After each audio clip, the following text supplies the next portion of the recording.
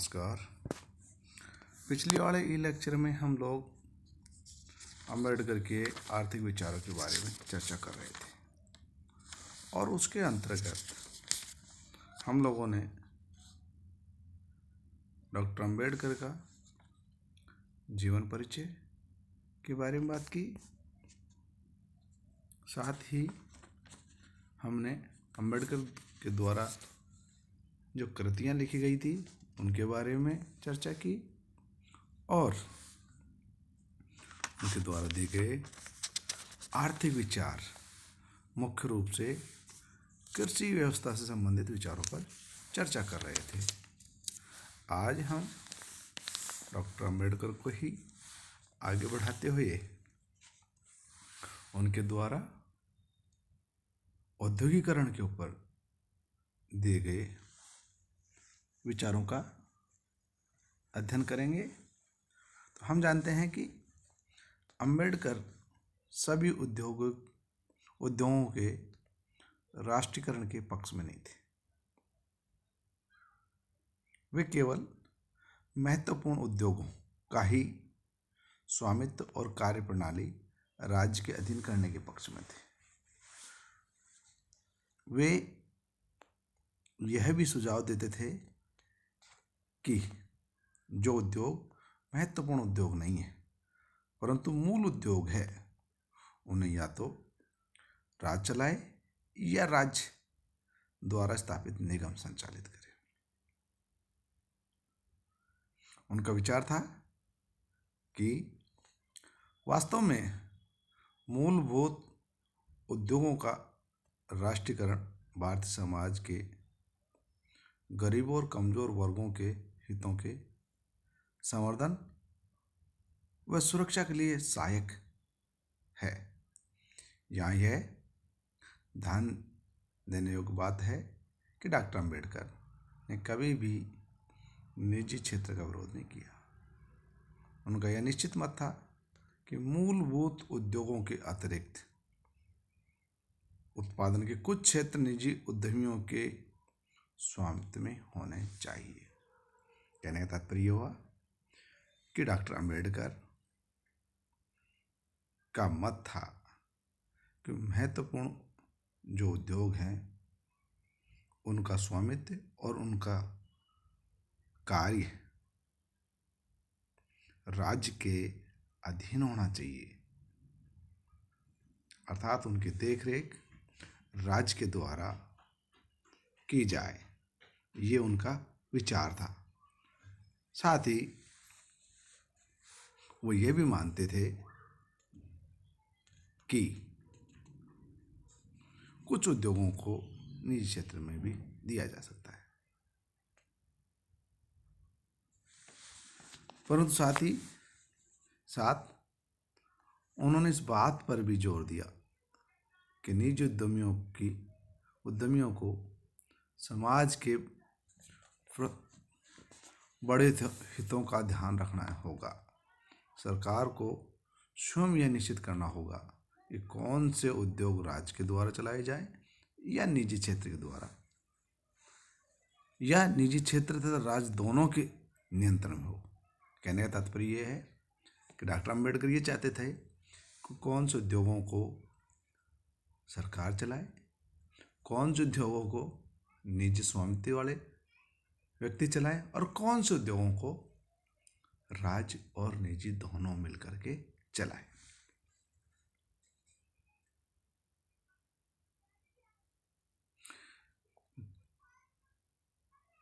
Doctor Ambedkar यह भी कहते थे या उन्होंने यह महसूस किया कि निजी क्षेत्र अकेला लाभ अधिकतमकरण के उद्योग पर संचालित होने के कारण भारतीय अर्थव्यवस्था में तीव्र औद्योगिकरण की गति प्रदान करने में सहायक सिद्ध नहीं हो सकता, जो कि उस तात्कालिक परिस्थिति में बहुत आवश्यक था।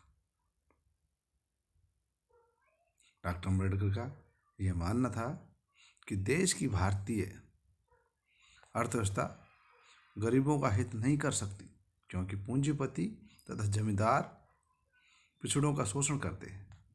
उन्होंने यह भी माना कि यदि निजी उद्योगपति राष्ट्रीय अर्थव्यवस्था का औद्योगिकरण का प्रयत्न करते हैं तो इससे संपत्ति वितरण की असमानताएं होंगी, अर्थात गरीब अधिक गरीब होता चलाएगा और धनी अधिक धनी होता जाएगा।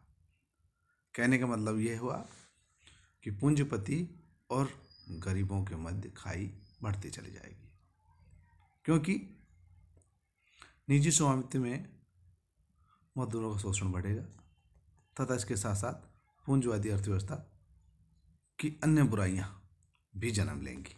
इसलिए डॉक्टर अम्बेडकर ने निजी क्षेत्र के लाभ पर नियंत्रण तथा बड़े औद्योगिक घरानों के एकाधिकार को तोड़ने के लिए उद्योगों के आंशिक राष्ट्रीयकरण की वकालत की।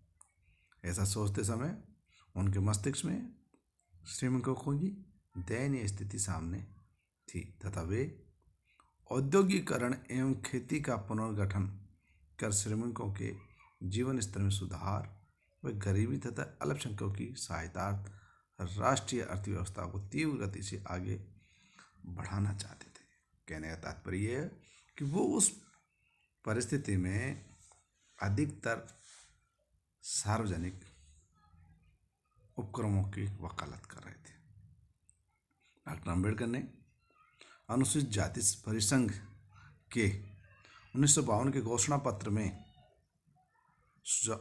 उनका सुझाव था कि उद्योगों में राज्य का ही स्वामित्व हो और राज्य को ही उन्हें संचालित करना चाहिए। अम्बेडकर का विचार था कि जमीन के टुकड़े टुकड़े होना और उन पर जनसंख्या के दबाव के कारण ही कृषक आज गरीब है। इसका समाधान यह है कि पुराने उद्योगों को बहाल किया जाए तथा नए उद्योग चालू किए जाएं। लोगों को की योग्यताएं उत्पादन बढ़ाने के लिए उन्हें तकनीकी शिक्षा दी जाए।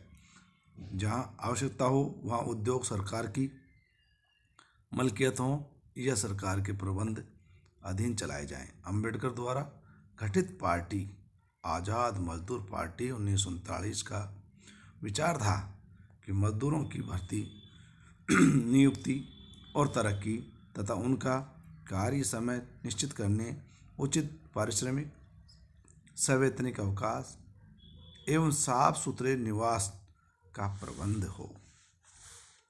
15 सितंबर 1938 को बम्बई सरकार द्वारा प्रस्तुत औद्योगिक बिल को अम्बेडकर ने मजदूरों के अधिकारों पर कुठाराघात करने वाला बताया था, जिसमें हड़ताल को दंडित करना तथा औद्योगिक विवादों में समझौते को बाध्यकारी बनाना था।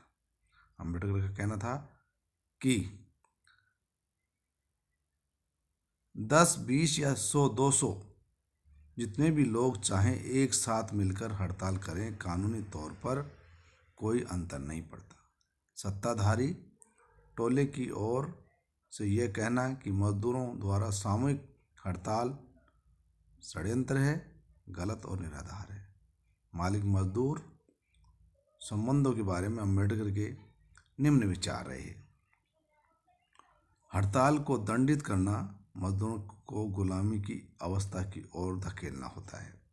समझौतों की बातचीत हड़ताल रोकने का बहाना नहीं होना चाहिए। उनकी मान्यता थी कि जो सरकार मजदूरों के मतों से निर्वाचित होती है उसे मजदूरों की भलाई एवं हितों का कार्य ही करना चाहिए, हानि पहुंचाने का नहीं।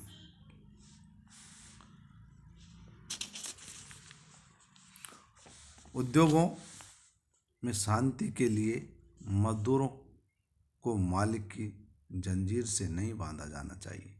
उनके शब्दों में, मैं ऐसी शांति नहीं चाहता, यह तो उन लोगों की शांति है जिनके पेट भरे हुए हैं और जिनके बटन उनकी तोंदों को छूते हैं। हमें ऐसी शांति नहीं चाहिए।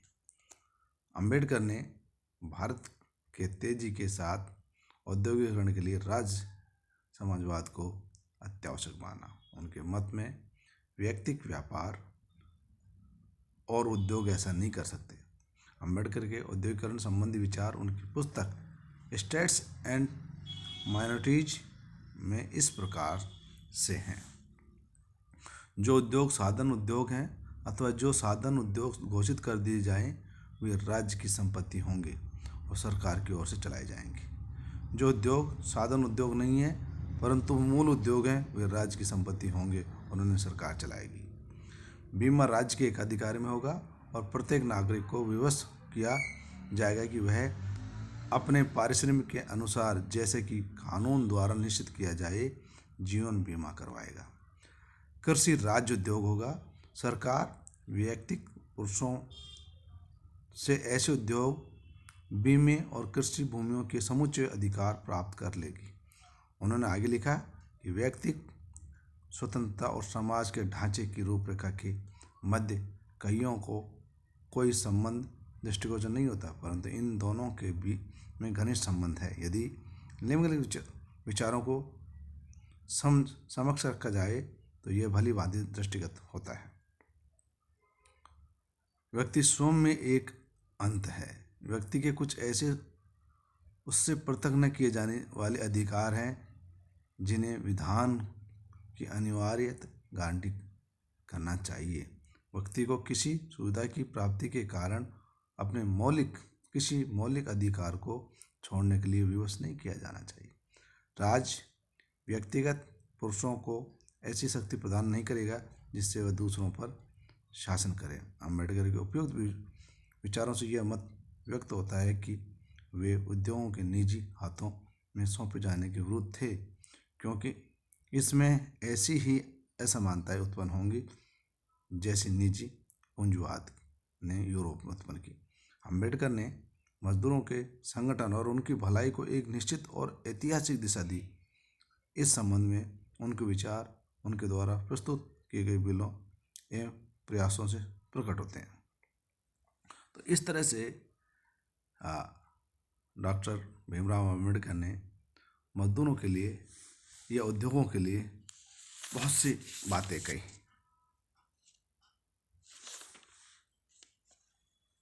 ठीक है, आज हम इसको यहीं पर समाप्त करते हैं। आगे नेक्स्ट लेक्चर में बात करेंगे। Thank you.